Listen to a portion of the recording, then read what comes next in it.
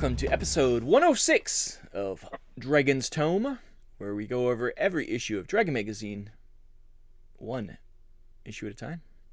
I don't know, I said issue twice. We're up to 106, issue February 1986. We're in the 86s. This cover is famous. It's a hair's so crazy. Pat's hair's crazy, and this is a Keith Parkinson cover, famous D&D artist, AD&D. It's called Valshea. And it's, you could tell it's Parkinson by the smoothness. I find his everything's very blended with his art. Smooth. Supple. Look at that horse's haunch.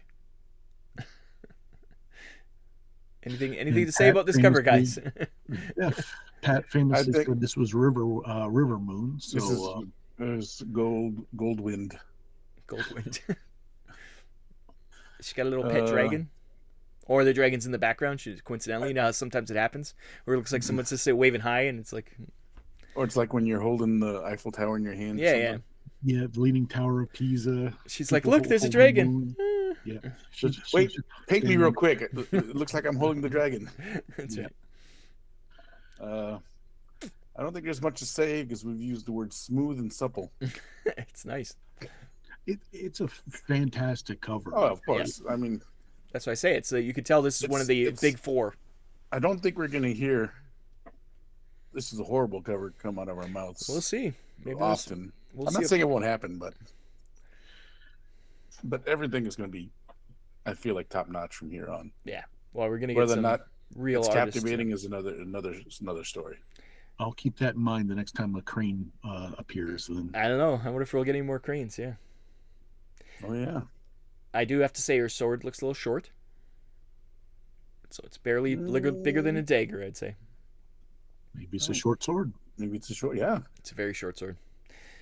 But other than that, she's Canadian. She's got a maple leaf on her belt. Yep.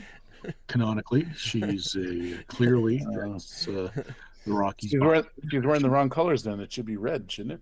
She's oh, look, even on her boot is a maple leaf. I never noticed it. Aren't the Maple Leafs uniforms red? No, they're blue and white.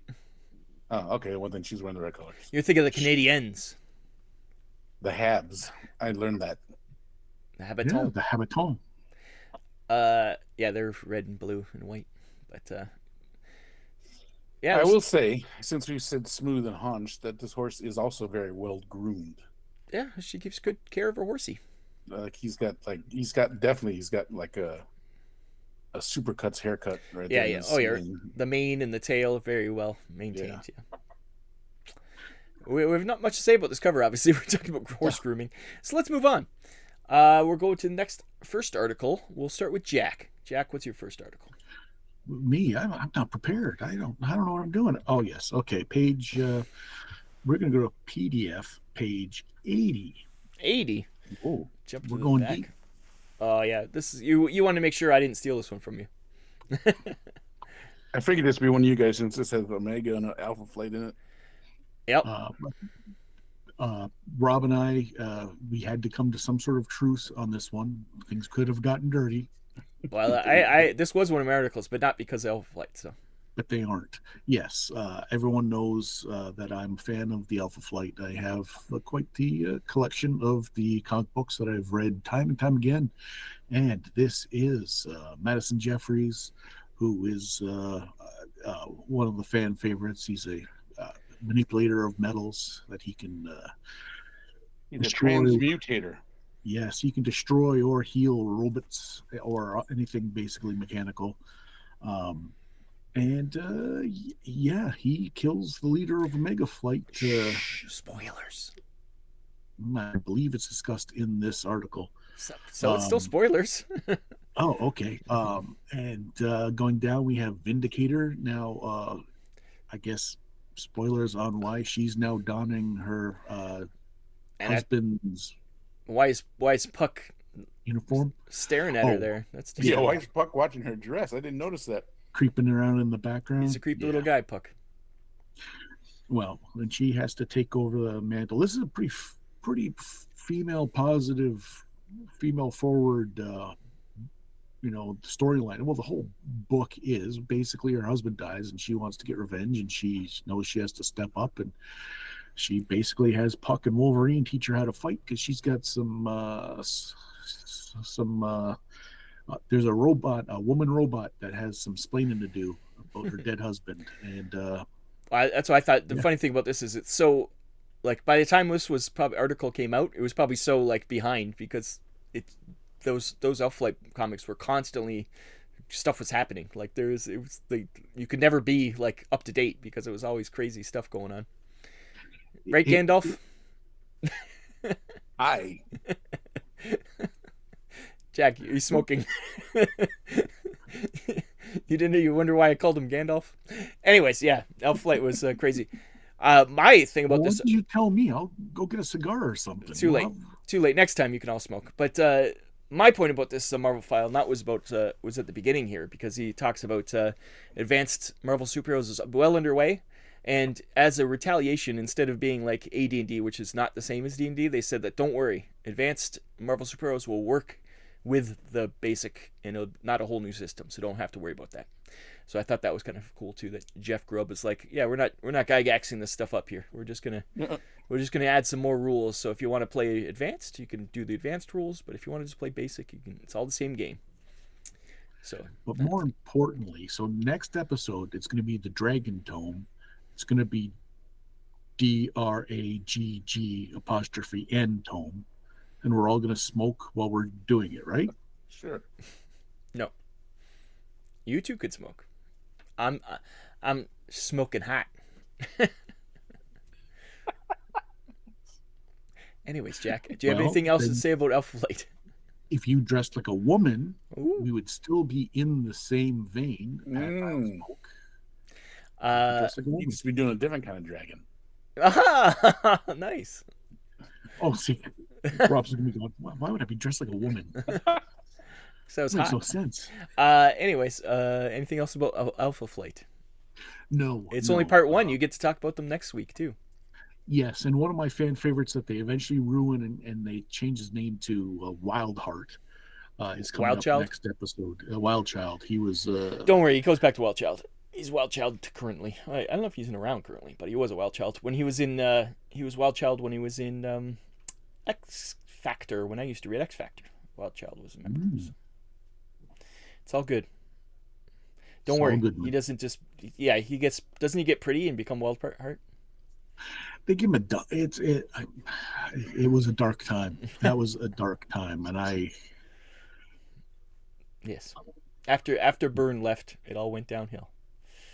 I think that's basically, you could say that about any. Not really X-Men, but anything. X-Men got better, I would say, but it was pretty good. Was he involved? Was he the one that did when they go to the desert? No. Was that Chris Claremont wrote from the very beginning? Byrne was only just the artist for a bit of it in a co-plotter, but enough about the X-Men. Pat, okay. What is your first article? Let's go to page 18. Back to reasonable numbers. Yes. Wow, you skipped right to the ecology. Oh, this is not brooding well. I didn't have a lot in this magazine. So the ecology of the Madar. If you don't know what a Madar is, it's a male Medusa, in a sense. It's the male counterpart. I do have my Madar on. It's the lover of the Medusa. Basically, I guess if you're gonna have a counterpart or a partner for the Medusa, the Madar is the way to go. Basically, the Madar guards the lair while the Medusa goes out and hunts. They're immune to petrification. I would hope so. Themselves, but they don't petrify. Their power is they have the ability to turn stone to flesh. So after the Medusa hunts and turns someone into stone, he punches the statue, turns everything into bite-sized chicken nuggets. Nice. And then they just eat the broken shards of what is flesh. Yeah. So all the broken shards turn into, like I said, chicken nuggies, and they go to town. Uh, so they also have the power to pass through stones. So whenever they're guarding the lair, and guys are like in the story, they basically raid a lair, and I can't remember. Is it a magician? They're coming out of the walls. Is there anybody else? Yeah, basically the party's being chased out from the Medusa lair. Guys have treasures. This one guy stays back because he's senses something is not right. But then he sees that like these guys are dropping like flies as they're running down the hall because the guys running through through the stone, and their things are grabbing him from the walls. And then when he gets back to the entrance, you notice that the Medusa that they turned to stone is no longer there. And so then he ends up getting turned to stone because he turns around and there she is. Because the Madar saved her? Yes, because they also have since they could turn stone to flesh, whenever Medusa, his mate, gets turned to stone, he brings her right back to life. He doesn't have to punch her back to life, I hope. No, that's in the story. I only said that because he, after the one guy who turned the Medusa to stone in the beginning of the story gets turned to stone himself, the Madar punches him and then breaks his statue, and basically the story ends with them feasting on his chicken nuggets. Nuggies. Nice. Well, So nice. They are described as gray, hairless men, bald.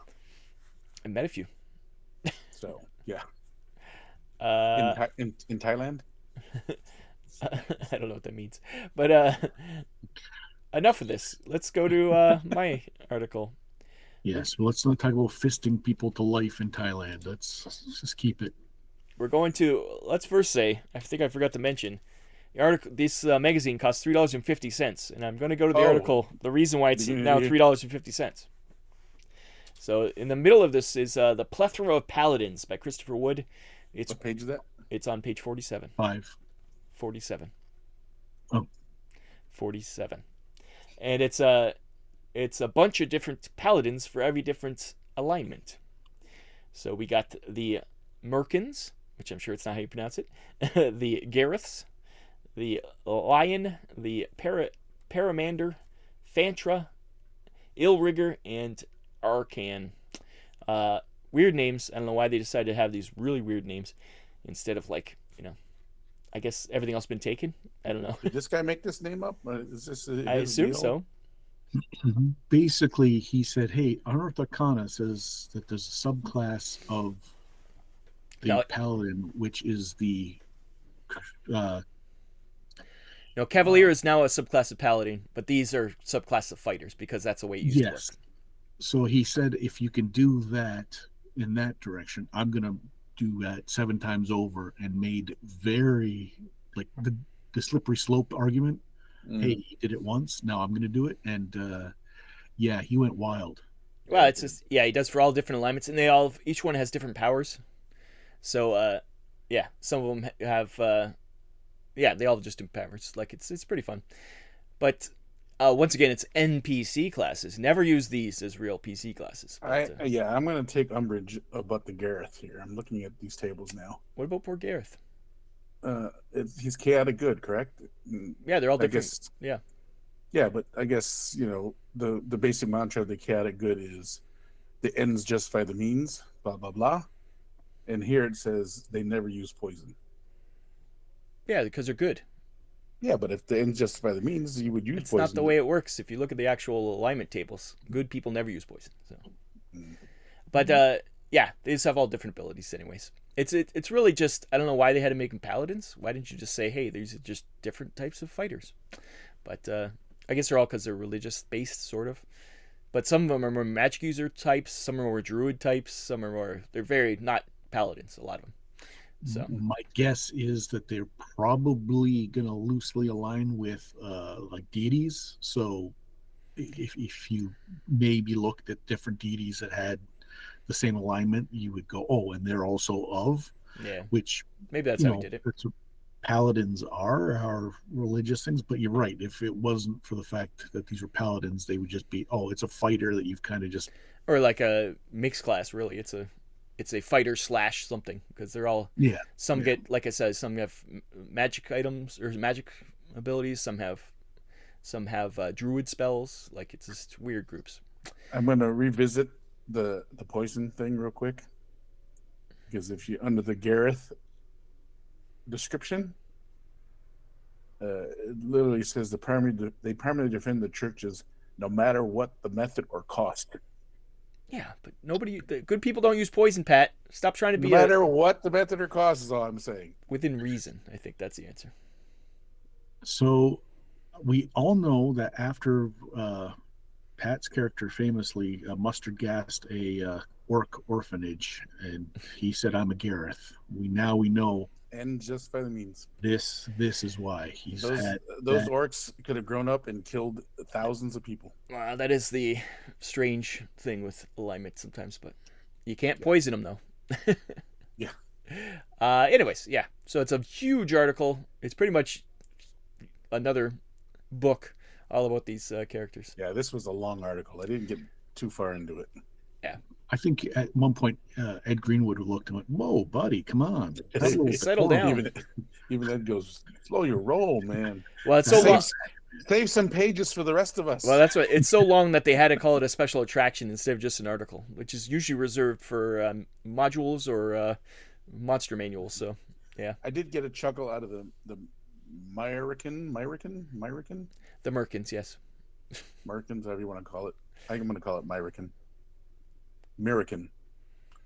You know how in first edition DD, all those classes got names for each level. The American one just goes God's Eye, God's Arm, God's Heart, and then everyone's American. Yeah, they are. A lot of Americans. Yeah, he's American. He's American. Yeah. They kind of got lazy about the level titles.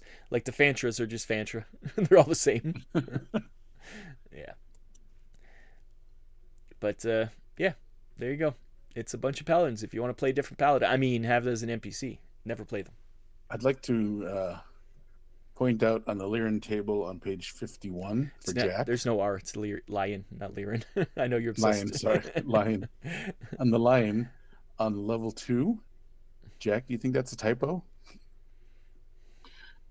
Okay, lion. The J for you down on it's Broadway? lowercase j, lowercase. No, because later on it does the J hail too. It was just they're trying to be fancy. I was just trying to get Jack's skin to scroll a little bit. Look at how they screwed things up. No, he's already crawling. There's too many paladins around. No, right from the Gareth in the spells used table, there's the kerning's all wrong. Down in every one of them has. Don't worry, he was already triggered. all That's secret. That's Jack's secret. He's always triggered. If you take anything from this episode, you want to throw Jack off his game, you just throw your typeset off. Yeah, you slightly put your types off by a bit. Change your margins. Jack, it's back to you. What's your next article? We're going to go to page 24, please. Oh. Open them if you dare. Open them if you dare. A dozen Dwarmered doors to delight your DM. Oh, it's a lot of D's. That's alliteration. In my notes, it says Ecology of the Door, because it is an Ed Greenwood, but it's written as an ecology, so it's got a fiction aspect. That's the sweet little package it's wrapped up in. The Elminster telling people about these traps, essentially, on doors. And there's only 10 of them. And basically, there's from the realistic to the super fantastical things that doors could do if you open them. Yeah, different troll doors. I thought they were really nice. I think the two of my favorite ones were the ones that negate all magic items when you walk through the door. Eek. And the one that reanimates any dead creature that you pass through. So you could be carrying your buddy, or you could be carrying someone else, an evil creature that you're supposed to bring back as a trophy. You pass through the door, and all of a sudden it comes back to life again. That's good though. That'd be useful if you're like, that's cheap resurrection right there. Well, I think it only animates them for a couple more rounds, and then they die again. But if you have to ask questions of the dead, There you go. Yep. Yeah. Man, if you're wearing like a bearskin cloak or some leather Ooh. pants, things get really dicey. That'd be funny. If you That want to would be a be real fun. evil DM. Oh, Why is my pants wiggling? it's neighing. What's your pants made out of? For some reason, I thought horse leather, but They told me this was faux. No. It starts just talking. You're like, oh my god. They said it was a cow. This was supposed to be leather. Oh no. Then you got to go What? back and murder that tailor. Why is it speaking in Dwarven? Yep. the other half of me's a book. Oh, yeah. Oh god. Pat, what's your next article? Let's go to page 20. 4 pages up. No. Money isn't everything, except to those poor beginning characters. This is a little small article for beginning characters on how to make your money stretch. It includes different types of money lenders, from families to churches. You get loans if you need to get your character started off. The one thing that made me laugh was getting early party life insurance. This guy must Basically, be an adjuster. it's like having a cleric or a spellcaster on retainer to fix you should you end up in a bad situation in your first adventure. That seems So, ridiculous. I mean, the way he scaled it, it works out being cheaper than going to a church and donating, quote unquote, donating the cash to be resurrected or anything. That makes sense. So it was. I found it as a little amusing article. It's more tongue in cheek than serious. Yeah, I mean, it's slightly serious, but I just don't feel like any of this is useful. I think it was looking at financing an adventure through like a modern day lens situation, and Maybe. and doing it that way. For I think there was a bit of like humor involved, but Yeah. but also I mean, the life insurance thing makes a slightly sure, but I wouldn't have phrased it as life insurance. but it could, in the proper setting, that could be a thing like, hey, you're our paladin. If you die, have your friends bring you back here. This one's on us. But yeah, If you sign up with us today, there's a 2-for-1 deal. We'll cover you and your friend. Just ring the bell 2 times.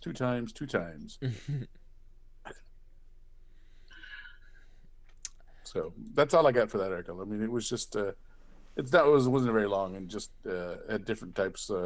Talked about how you can borrow money from your family to get started, or borrow money from churches. I guess we'll jump to my article then. We're going to go page 62. 62. Since I've been doing the profiles, I might as well keep doing them. This is John Pickens, acquisition manager. So he buys modules off people. This guy's interesting because he met Gygax as a kid when he went to buy back issues of Strategy and Tactics magazine off him. It was just coincidentally, but way before D&D was invented. So it's kind of funny. And then he works for the company. And the other guy is Steve Winter, who is managing of game editors. So he's the editor of editors. So not only does there bad editors, there's bad editors of editors. We're getting like many depths of the turtle at this point. So yes, Dragon Magazine's the world on the backs of a stack of turtles. Is that what you're saying? this is TSR is at very least, because this guy's the editor of editors at TSR. So yeah. So you failed your job on multiple levels there, Mr. Winter. So that was that article. Anybody else got any more articles? No. My last article, Jack covered, and I chimed in a little bit. Jack, do you have another article? I'm just going to go to page 89 for a quick one, because this I have a little question for Pat here. This is the what do they call this, convention calendar? And I was just skimming by and it said Little Wars. So I was like, oh, Pat goes to Little Wars all the time. So oh yeah. But where I saw this was it's at the Triton College. That's right across the street from the storage bin. Yeah. We drive through Triton College parking lot all the time. Yes, to go to Costco. Yep. So I was like, oh my God, Pat, imagine if it was that close to your house. Wouldn't that be convenient for freaking loading in and out? That would be so great. You'd be at Little Wars every single year. Yeah, you just Yeah, let me just depending walk on across. depending on where it was at the college, we wouldn't have to rent a truck. We just rolled the stuff down the street, right across the street. down the sidewalks. Yeah. So I always saw that and I was like, oh my God, that's so funny. Wake up in the morning, make your bacon and eggs, have a shower, and then go, okay, well, just walk over. Well, it's not near his house. Yeah. It's near the storage place, but still. Well, it's not too far from my house. I mean, I wouldn't walk it. That'd be a long No, walk. But still. Because it's only a long walk because of the river. So you have to cross the river where the bridges are. There's a river? And it's Chicago, so a homicide would be inevitable. This is we're outside the city. Yeah, this isn't Chicago. This is whereas Triton, it's in River Grove. Yeah, it's still in River Grove, right? Yeah. Yeah. Anyways, I was skimming by and I just went, what the? Because I saw Little Wars. I'm like, oh, Little Wars, because Pat goes to that. And then I was like, oh my God, I know where that is. I didn't realize that this thing has been going on this long. Yeah. I wonder if this is one of the first ones. Yeah. Because it doesn't say like the number. It just says this convention will be held at. So it might be the very first one. Well, it might be. Yeah, I'm always excited because eventually our conventions will be in here too, Jack, but not for a while, I don't think. I think that's it for that. Anybody got some ads? We'll start with Jack. Any ads? We're going to go pretty close to page 21. No, we're not, Jack. Where's your ad? Oh, page 13. Which one on 13? Illuminati or clean up your act? Well, it says clean up your butt, and we all are guilty of the monstrosity that is to the left of the article. If we were to scroll back to our character sheets of yore, especially before it was all A online or B when you had access to a desktop printer, that was basically what your character sheet looked like, a chicken scratch. Now, my particular gaming group, there would have been characters drawn on there, and at least a lot of doodles. Yeah. I will say that my cousin, who started me in D&D, was fairly anal. So all the character sheets that we had were things he made. Oh wow! But he wrote them on graph paper, Nice. so the lines were straight. Everything had a box. Yeah, we were lucky if you had lined paper. Yeah. Yeah, and sometimes you were lucky enough to get like a photocopy of a character sheet, but it was one of those ones where this was like the third or fourth iteration where it's yeah. I mean, I think there's a sample in the back of the player's handbook, and I know there's a couple samples in the basic book. Well, he didn't photocopy him; he just basically used graph paper and made his own spreadsheet. Yeah, spreadsheet using graph paper. Yeah, but this is actually, you can buy character sheets by the ream. So yes, these are character sheets specifically for certain classes. So you would have space for spells if you're a magic user. You would have, These I think are the third or fourth edition revamp of these, because the first ones, or the second ones, the first ones were all generic. Then the second ones had the class written on the sides. Mm. And like the thief, assassin were all one character sheet. Magic illusionist was one character sheet. Fighter, ranger, paladin was a character sheet. Well, these ones are for D&D, not even AD&D. So no, and I have never actually physically seen either that cover, nor do I recognize. You can barely see it, but on the right-hand side, you can see a sample copy of the character sheets themselves. None of that looks familiar. Well, we're up to masters now, right? So I'm sure these character sheets are way more intense than the original from the basic set. Yeah, basic had like 3 lines on it.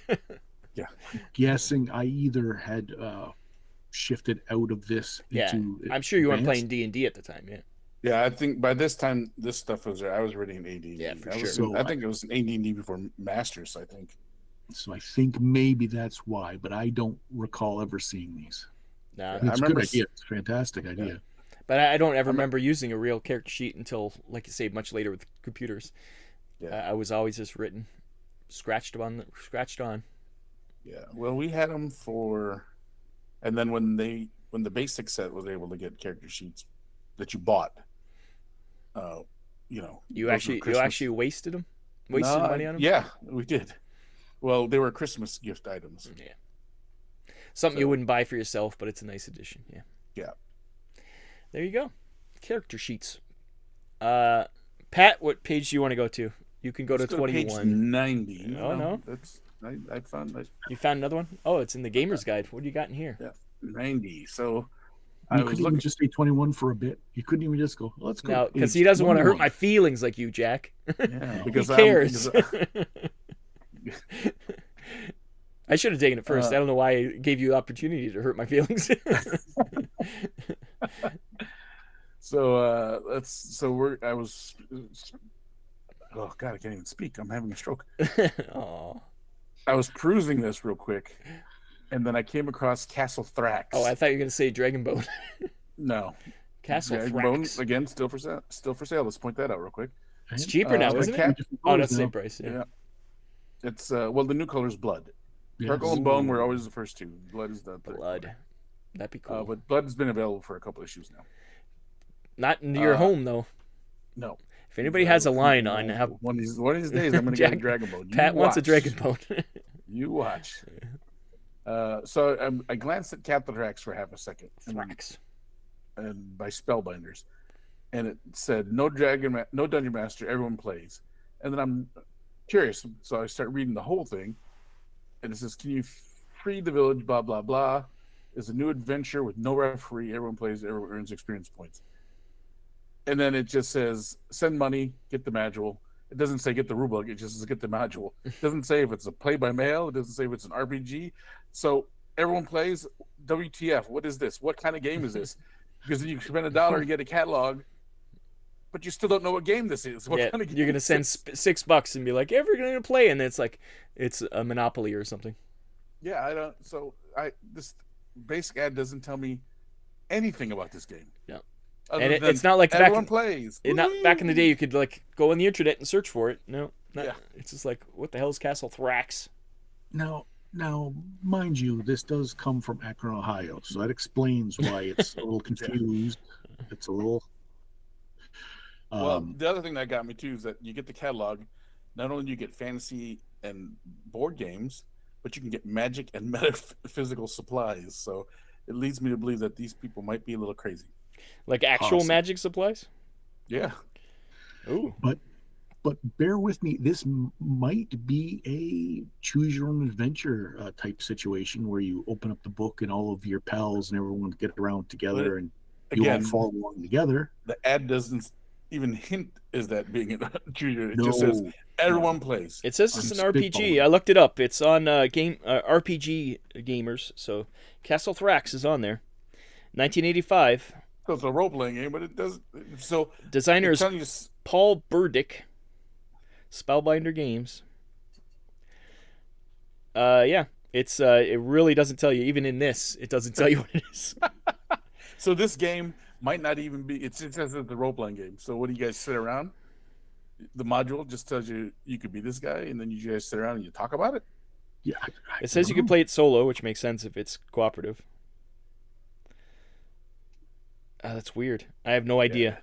Yeah. This ad does not help with sales. It doesn't, right and this ad does not make me want to try it out. The RPG Geek site does not explain it either, so I don't think it's very popular. I think you should buy it on eBay. This is explain not even it one to that us. I want to even try. If anyone has played Castle Thrax, please comment and enlighten us, because this is the one ad I've ever looked at and went, what the hell is this? Why is this an ad? Why is this? It doesn't sell you on it, considered that's a game? for sure. Yeah, Mr. Burdick, if you're with us, well, actually, we could use some metaphysical supplies to contact him if he's not. But nice. If this is your baby, you can tell us. Yeah. Please explain the game to us. Yeah. No, you've piqued our interest with your wild and fanciful description of what may or may not be. Or it sounds like it's compatible with D&D when I read the description. So my question is it some kind of just AI machine that runs D&D for you? So it's just a bunch of charts or something like that? Is that what this is? That's my question. Is it like AI? How we have some games need AI to play the dungeon master? I think we're giving it way too much credit. Maybe not. Maybe this is way ahead of its time. Maybe this was like groundbreaking and it just got under the radar. I'm gonna take the pessimistic route and say, no. I feel like this guy just did not know what he was doing. And I will say that it's clearly some sort of lawnmower man situation where he is now part of the internet. Yeah, that's probably right. Right now, he's scrubbing all of our existence from the internet because we shamed his name. Burdick. Right. He's the Burdick. Yeah, I don't have an ad, I don't think so. Let's go to 21, yeah, I guess we're going to 21. BattleTech. There was a page number that truly invoked pain in some people. 21. Some suffering. BattleTech, yes. So it's the first ad I think we've seen of BattleTech for second edition, because first edition was Battle Droids and got that wasn't around very long. It also has ads for MechWarrior coming soon, which is the role-playing game. CityTech, which is the very first BattleTech box set I bought, was CityTech. Mm-hmm. Aerotech, classic space battle. One of my favorite expansions for BattleTech. And Map Set 1. And then it has Black Widow, Tales from Black Widow Company, and Fox's Teeth as supplements, as other mercenary groups that you can buy. The beginning of all the FASA background stuff, where it's just like, you don't need this, but it's going to be a lot of background. But yeah, good old BattleTech with the Warhammer on the cover there. If you like giant stompy mechs, please come to Mobile Armor Radio. It's another YouTube channel that certain 2/3 of this podcast happen to be on. But true. It's funny how much FASA advertised their Star Trek stuff, but it's BattleTech's been out for over a year, and this is the first one we get to see BattleTech ad. So maybe because BattleTech starts to take off around now. It also might have been because of that whole Lucas gonna sue somebody might have slowed them down. They're like, had all these ads ready with battle droids on it, and plus the unseen. That didn't happen yet. The unseen hasn't happened yet, so. We'll see if that all of a sudden we won't see that. That doesn't happen for a while. Considering the rifleman's right in the front. Yeah, that doesn't happen for a while, because after I stopped playing, I think the Unseen got Harmony Gold went a little litigious. Litigious. Anyways, yeah, 19. You guys are getting into the down the rabbit hole here. You left me and possibly most of our other listeners behind with your You're right. Inside top. BattleTech was really called Battle Droids, and Lucasfilms sued them for the word droids. So we're not had to have called Battle Droids, so I had to change to BattleTech. That's the first thing. The other thing was all these giant mechs. This one happens to look like very similar to one from Macross, or Robotech, as we like to call it in North America. They licensed it from a company in Japan, but it turned out that company in Japan didn't have the rights to license to North America, because another company called Harmony Gold, which was making Robotech, had all their licenses. So much later, they sue the hell out of FASA and say, you can't use those. And it was a lawsuit that went on for like 20 years. And only recently have they been able to bring these mechs back, called the Unseen, as Pat said. So that's a little history of BattleTech. If you like more of that stuff, please come to Mobile Arm Radio. So that's why the Mad Cat's called the Mad Cat, because it used to be called the C-3PO, and it used to be a that's right, F-15 with skull and crossbows on it. Yep. Is that what you're saying? In the roundabout way, yes. You got the gist of it. Okay. Anyways, yes, let us finish on that beautiful note, BattleTech. Anything else to say about this magazine, boys? No. It was a pretty good one. Not great, but it was all right. Yeah, there's some of the worst comics and none of the comics are ever funny. This one had there were some really bad ones. Yeah. Oh my God. A lot of this was about Rangers too, and I said, well, Rangers just came out in Unearthed Arcana, and they already have to fix them. That's an issue. Yeah. It was 4 pages of like skills and stuff. Yeah, it wasn't a good article. Time for this. Well, there wasn't just one. There was 3 articles about Rangers. So. Yeah, and they weren't very good. So it didn't worthy talk. I mean, well, like I say, it's Rangers literally just came out. Well, you would have been better off just keeping the Rangers in the book. Well, but that's how broken the Rangers in the book are. That people are trying to fix them. So, Unearthed Arcana, not the most balanced of things. No. So, Anyways, we'll be back next week for 107, and hopefully it'll be a little bit more fancy free and fun, because our host will be Jack, and he always makes it fun, right, Jack? Yeah. It'll be chock full of rules and lawfulness. I tried, but it just seems like those are the episodes that everyone's got 6 articles and 4 ads and a Coincidentally, yeah. day of insubordination. That's the name of my first album. Yeah. Anyways, like, share, subscribe, comment below if you think Jack is a buffet of insubordination. Exactly. Look at him. Look at him. Yeah, see. Until next time, I've been Rob. And I'm Jack. I'm in Chopper. Jack did a little glitch there, so it was like Jack. It's like he was Max Headroom. Like Max Headroom. Jack. Jack. Okay, perfect timing. I think Max Headroom came out in '86, did he? So new Coke. Coke. New Coke. Bye-bye. Bye-bye. Bye-bye.